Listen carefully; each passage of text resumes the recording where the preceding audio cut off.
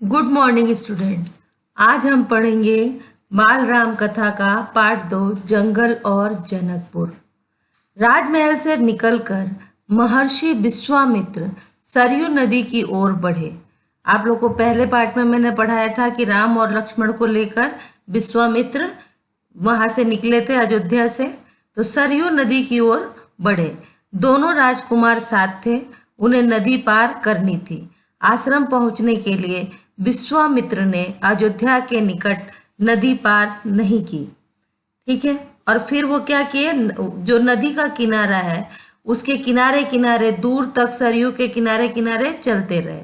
दक्षिण तट पर, उसी तट पर जिस पर अयोध्या नगरी थी, वे चलते रहे। नदी के घुमाव के साथ साथ राजमहल पीछे छूट गया। इतनी दूर चले गए नदी से आगे कि राजमहल पीछे छूट गया। आखिरी बस्ती भी निकल गई। चलते चलते एक तीखा मोड़ आया तो सब कुछ दृष्टि से ओझल हो गया, यानी कि कुछ भी अब दिखना बंद हो गया। अयोध्या का अब कुछ भी उनको दिख नहीं रहा था। राम और लक्ष्मण ने एक बार भी पीछे मुड़कर नहीं देखा।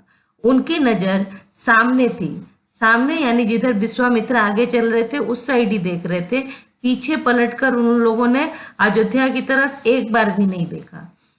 महर्षि विश्वामित्र के सधे कदमों की ओर, सामने जैसे जैसे चल रहे थे विश्वामित्र, उनके पैरों की ओर ही वो देख रहे थे। सूरज की चमक धीमी पड़ने लगी, अर्थात शाम होने लगी। राजकुमारों के चेहरे पर थकान का कोई चिन्ह नहीं था।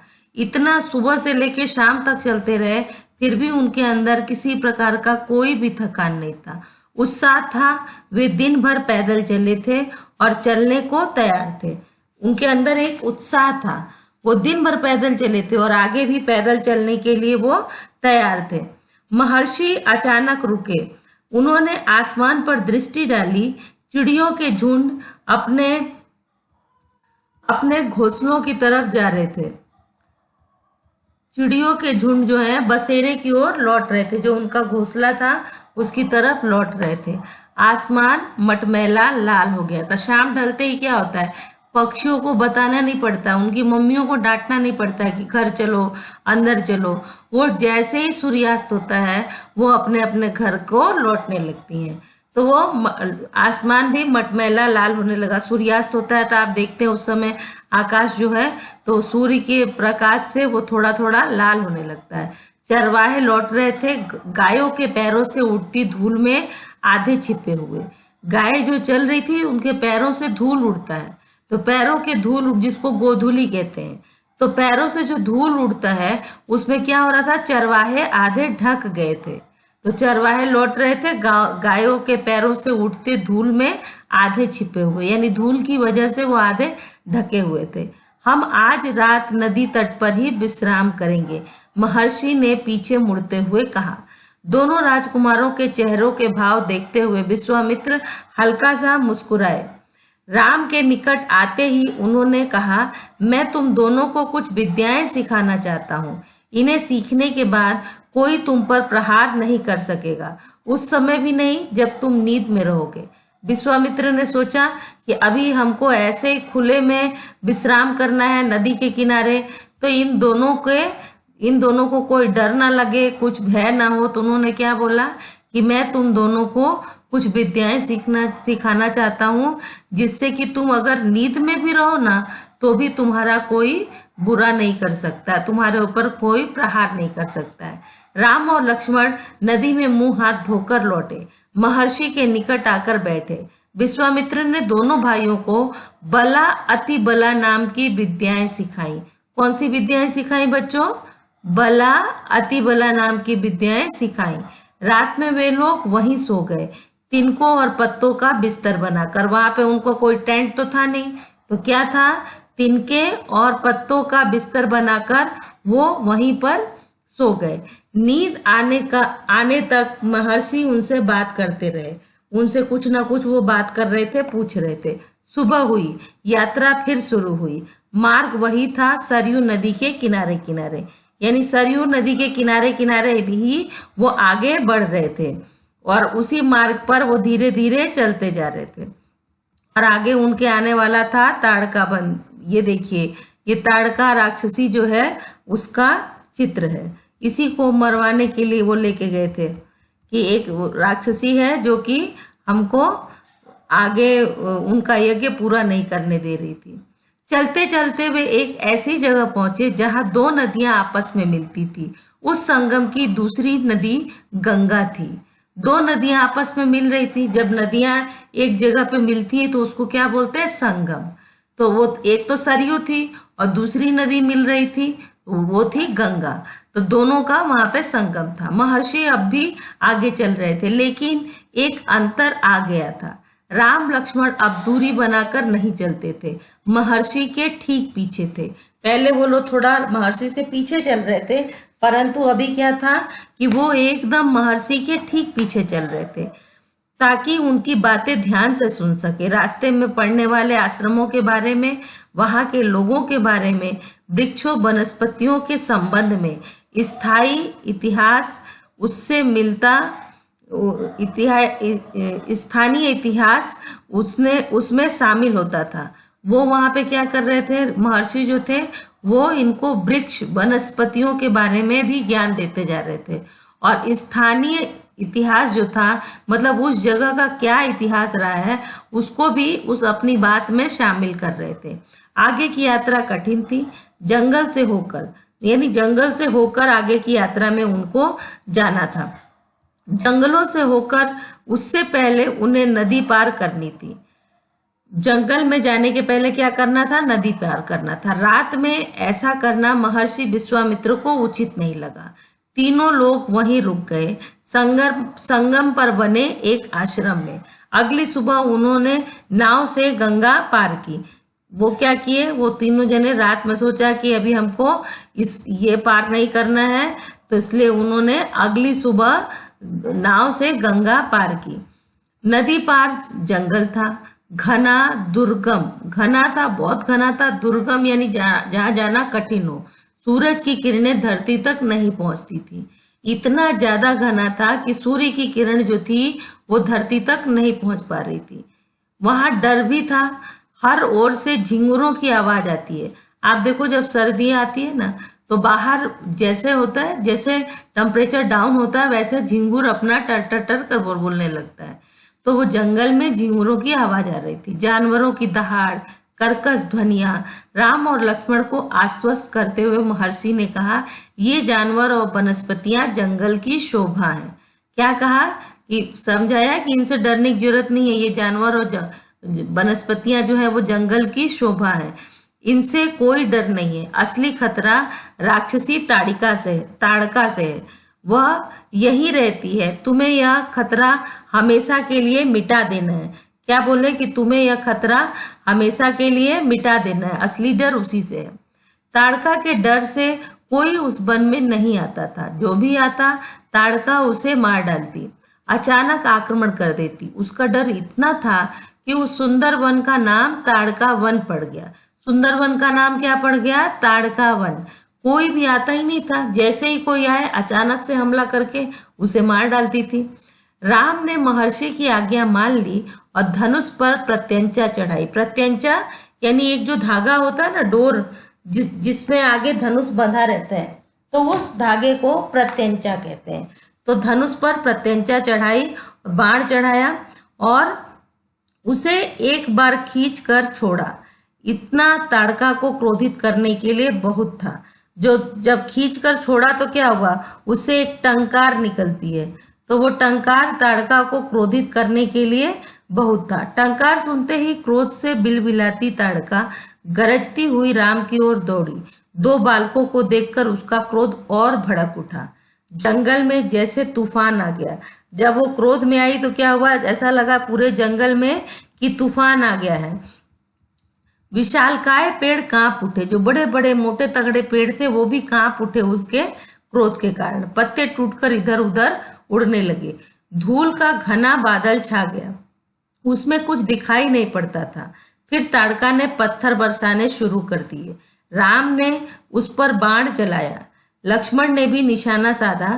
ताड़का बाणों से घिर गई। राम का एक बाण उसके हृदय में लगा, वह गिर पड़ी, फिर नहीं उठी। एक बाण जो राम का हृदय में जाके लगा, उससे क्या हुई? वो गिर पड़ी, अर्थात वो मर गई, फिर वापस उठ नहीं पाई। विश्वामित्र बहुत प्रसन्न हुए। उन्होंने राम को गले लगा लिया। उन्होंने दोनों राजकुमारों को 100 तरह के नए अस्त्र शस्त्र दिए, उसका प्रयोग करने की विधि बताई और उनका महत्व समझाया। मतलब विश्वामित्र प्रसन्न होकर उन्होंने क्या किया, इनको 100 प्रकार के अस्त्र शस्त्र दिए और उनके प्रयोग करने की विधि भी बताई। महर्षि का आश्रम वहां से अधिक दूर नहीं था, लेकिन तब तक रात हो चली थी। विश्वामित्र ने वह दूरी अगले दिन तय करने का निर्णय लिया। ताड़का मर चुकी थी, उसका भय नहीं था। तीनों ने रात वहीं बिताई, यानी उसी वन में, ताड़का वन में, जो कि अब पूरी तरह से भय मुक्त था। अब वहां किसी का डर नहीं था। तीनों लोग वहीं पर विश्राम किए। सुबह जंगल बदला हुआ था। अब वह ताड़का वन नहीं था, क्योंकि ताड़का नहीं थी। भयानक आवाजें गायब हो चुकी थी। पत्तों से गुजरती हवा थी, उसकी सरसराहट का संगीत था, चिड़ियों की चहचहाहट थी, शांति थी। तस्वीर बदल गई थी। ताड़का के मरते ही पूरे वन की तस्वीर क्या थी, बदल गई थी। सिद्धाश्रम का अंतिम पड़ाव था। सिद्धाश्रम कौन सा स्थान था जहाँ पे महर्षि विश्वामित्र अपना यज्ञ कर रहे थे। ठीक है, तो महर्षि का आश्रम, रास्ता छोटा भी था, मनोहारी भी। प्राकृतिक सौंदर्य का आनंद लेते हुए तीनों लोग जल्दी ही आश्रम पहुंच गए। मतलब ताड़का वन से सिद्धाश्रम जाने का जो रास्ता था वो बहुत ही अच्छा प्राकृतिक सौंदर्य वाला था। तीनों लोग जल्दी आश्रम पहुंच गए। आश्रम वासियों ने उनकी अगवानी की, अभिनंदन किया। अगवानी की मतलब आके आगे उनका वेलकम करते हैं, उस तरह अभिनंदन किया। उनकी प्रसन्नता दुगनी हो गई थी। महर्षि विश्वामित्र के आश्रम लौटने की खुशी और राम लक्ष्मण के आगमन का सुख।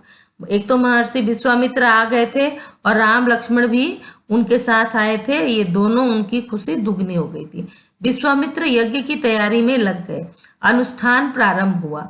आश्रम की रक्षा की जिम्मेदारी राम लक्ष्मण को सौंपकर महर्षि अस्वस्थ थे। उन्होंने राम लक्ष्मण को उसकी सुरक्षा की जिम्मेदारी सौंप दी और वो अस्वस्थ हो गए, निश्चिंत हो गए कि अब मैं अच्छे से, मेरा अनुष्ठान पूरा हो जाएगा। अनुष्ठान अपने अंतिम चरण में था, पूरा होने वाला था। कुछ ही दिनों में वहां पे क्या होता है कि वहां पर सारे राक्षस आ जाते हैं। 5 दिन तक सब ठीक ठाक चलता रहा। शांति थी, निर्विघ्न, यानी बिना किसी व्यवधान के 5 दिन तक यज्ञ आसानी से चलता रहा। लगता था कि राजकुमारों की उपस्थिति ने ही राक्षसों को भगा दिया है। राम और लक्ष्मण ने यज्ञ पूरा होने तक ना सोने का निर्णय किया, कि मतलब जब तक यज्ञ पूरा नहीं होगा तब तक हम सोएंगे नहीं। वे लगातार जगते थे, चौकस रहे। कमर में तलवार, पीठ पर तुड़ीर, मतलब जिसमें बाण रखते हैं, हाथ में धनुष, प्रत्यंचा चढ़ी हुई, हर स्थिति के लिए तैयार। हमेशा वो लोग धनुष लेकर तैयार रहते थे कि जैसे ही कोई आएगा हम आक्रमण कर देंगे। अनुष्ठान का अंतिम दिन था। अचानक भयानक आवाजों से आसमान भर गया। उसी समय राक्षस आ गए और अलग अलग तरह की भयंकर आवाजें निकालने लगे। सुबाहु और मारीची ने राक्षसों के दल बल के साथ आश्रम पर धावा बोल दिया। 2 राक्षस आए, कौन कौन से, सुबाहु और मारीची, और उनके साथ उनकी सेनाएं थी। ठीक है, आक्रमण बोल दिया।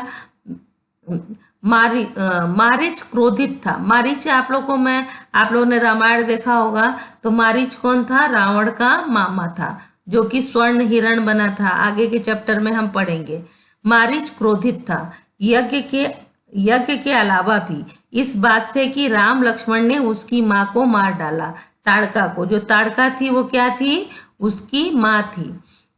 राम ने राक्षसों का हमला होते ही कार्रवाई की, धनुष उठाया और मारीची को निशाना बनाया। मारीच बाण लगते ही मूर्छित हो गया। बाण के बेग से बहुत दूर जाकर गिरा, समुद्र के किनारे। वह मरा नहीं, पर बाण से वो क्या हुआ, बहुत दूर जाके गिरा, दक्षिण दिशा की ओर, और वहां से वो भाग गया।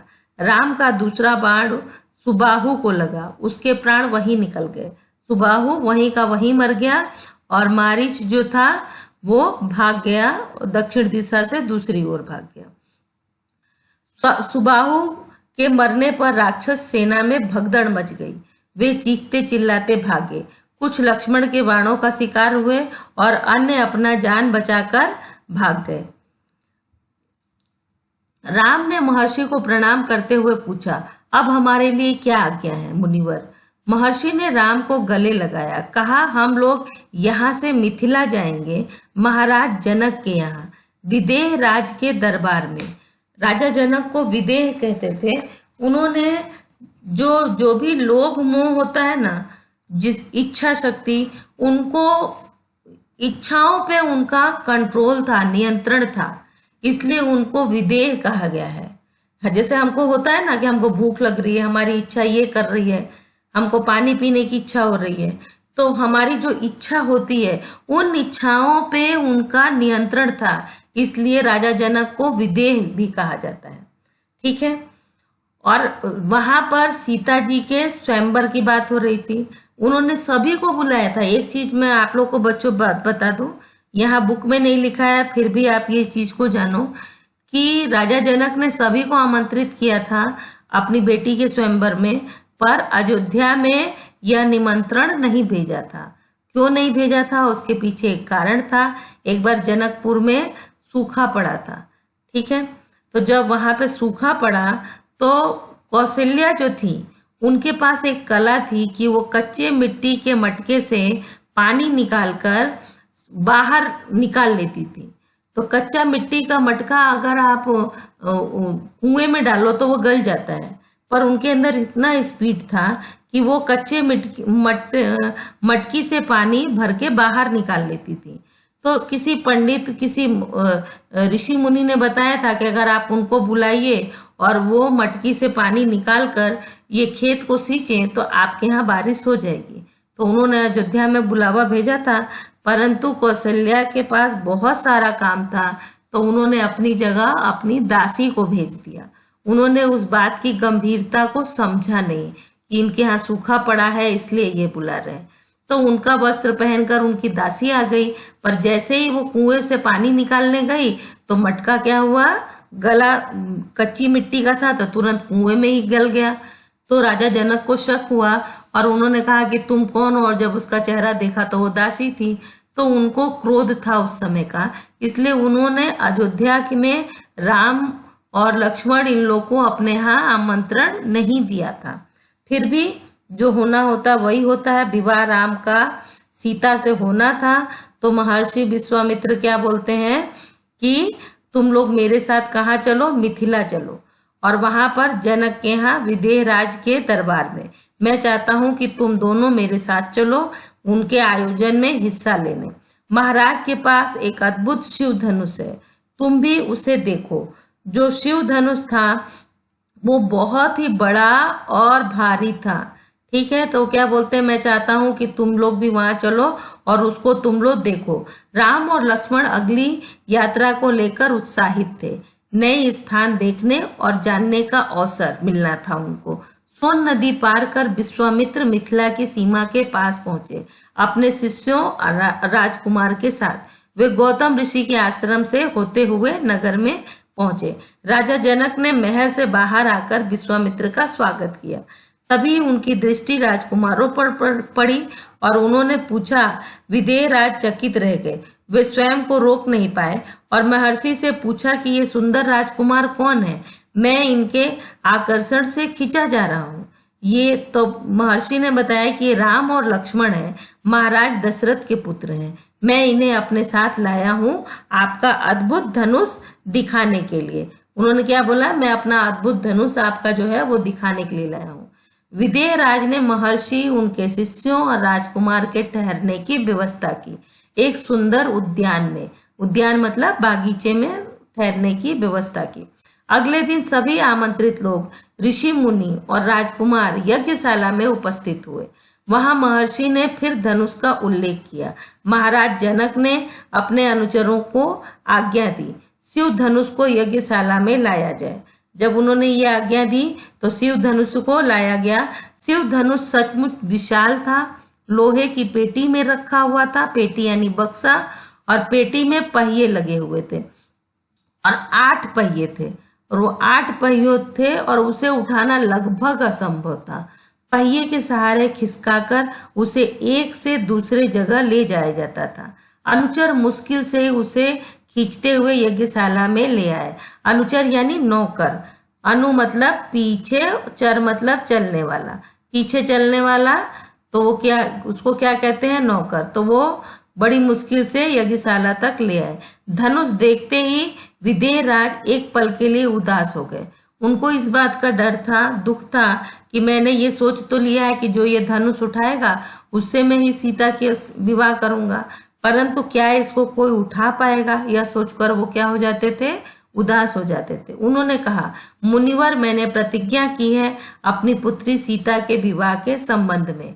जो यह धनुष उठाकर उस पर प्रत्यंचा चढ़ा देगा उसी के साथ सीता का विवाह होगा। मैंने आपको पहले ही बता दिया, प्रत्यंचा मतलब वो धागा, वो डोर जो कि धनुष पे बांधा जाता है, कि उसी के साथ मैं उनका विवाह करूंगा। अनेक राजकुमारों ने प्रयास किया और लज्जित हुए। उठाना तो दूर, वे इसे हिला तक नहीं सके। प्रत्यंचा क्या चढ़ाते।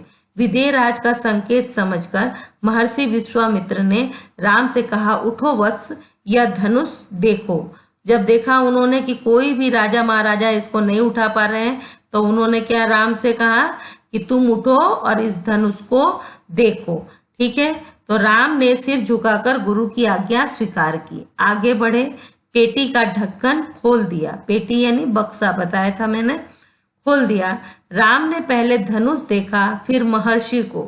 गुरु का संकेत मिलने पर राम ने वह विशाल धनुष सहज ही उठा लिया। एकदम सहज यानी कि एकदम आसानी से उसको उठा लिया। यज्ञशाला में उपस्थित सभी लोग हतप्रभ रह गए, आश्चर्यचकित रह गए कि इतने कम उम्र के लड़के ने, राजकुमार ने कैसे ये धनुष उठा लिया। इसकी प्रत्यंचा चढ़ा दूं मुनिवर, राम ने पूछा। उन्होंने अपने गुरु से पूछा कि क्या मैं इसकी प्रत्यंचा चढ़ा दूं, तो गुरु ने आदेश दिया कि अवश्य, यदि कर सकते हो, यानी अगर तुम चढ़ा सकते हो तो तुम चढ़ा दो। विदेहराज चकित थे। राम ने आसानी से धनुष झुकाया, ऊपर से दबाकर प्रत्यंचा खींची। धनुष दबाव से धनुष बीच से टूट गया, उसके 2 टुकड़े हो गए, बच्चों के खिलौने की तरह। यज्ञशाला में सन्नाटा छा गया था, सब चुप थे। यानी धनुष उठाना तो सबके लिए दूर था, इन्होंने तो उठा भी लिया और धनुष इनके हाथों से टूट भी गया। एक दूसरे की ओर देख रहे थे। सभागार की चुप्पी महाराज जनक ने तोड़ी। उनकी खुशी का ठिकाना न था। उन्हें सीता के लिए योग्य वर मिल गया था। उनकी प्रतिज्ञा पूरी हुई। जनक राज ने कहा, मुनिवर, आपकी अनुमति हो तो मैं महाराज दशरथ के पास संदेश भेज दूं, बारात लेकर आने का निमंत्रण। यह शुभ संदेश उन्हें शीघ्र भेजना चाहता हूँ। महर्षि की अनुमति से दूत अयोध्या भेजे गए, सबसे तेज चलने वाले रथों से।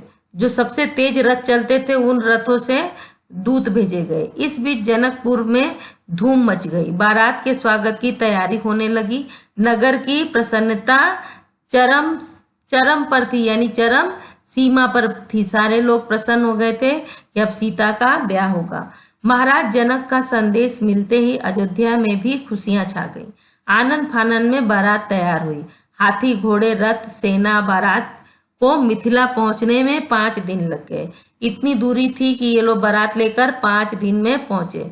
जनकपुरी जगमगा रही थी। हर मार्ग पर तोरण द्वार, हर जगह फूलों की चादर, एक एक कोना सुवासित यानी अच्छी सुगंध वाला। हर जगह फूल के चादर बिछे थे और हर दरवाजे पे तोरण लगा हुआ था। हर घर के प्रवेश द्वार पर बंदनवार मतलब वहां पे वंदना हो रही थी। एक एक घर से मंगल गीत गाए जा रहे थे। मुख्य मार्ग पर दर्शकों की अपार भीड़ थी। खिड़कियों और छज्जों से झांकती महिलाएं झांक रही थीं। किसको देखने के लिए? राम और सीता को। एक नजर राम को देख ले, राम सीता की जोड़ी दिख जाए। अपने अपने खिड़की और दरवाजे से और छज्जों से वो झांक रही थी। विवाह से ठीक पहले विदेहराज ने महाराज दशरथ से कहा, राजन, राम ने मेरी प्रतिज्ञा पूरी कर बड़ी बेटी सीता को अपना लिया। मेरी इच्छा है कि छोटी पुत्री उर्मिला का विवाह लक्ष्मण से हो जाए और मेरे छोटे भाई कुशध्वज की 2 पुत्रियां हैं, मांडवी और श्रुतकीर्ति। कृपया उन्हें भरत और शत्रुघ्न के लिए स्वीकार करें। उन्होंने क्या बोला कि बड़ी बेटी से सीता का ब्याह हो जाए और मेरी जो छोटी बेटी है और मेरे भाई की जो 2 बेटियां हैं उनसे लक्ष्मण, भरत और शत्रुघ्न का विवाह हो जाए। राजा दशरथ ने यह प्रस्ताव तत्काल मान लिया। विवाह के बाद बारात कुछ दिन जनकपुर में रुकी। बाराती बहुओं को लेकर अयोध्या लौटे, मतलब 4 बेटों की शादी एक साथ हो गई। तो बाराती जो है बहुओं को लेकर अयोध्या लौटे तो क्या हुआ, वहां पर सारी जो रानियां थीं उन लोगों ने पुत्र वधुओं की आरती उतारी, स्त्रियों ने फूल बरसाए, शंख ध्वनियों से गलियां गूंज उठी। यह आनंदोत्सव लगातार कई दिनों तक चलता रहा। इस प्रकार 4 भाइयों का विवाह हो गया। और इस वीडियो में इतना ही, और इसके जो प्रश्न मैं भेजूंगी उसको आपको करना।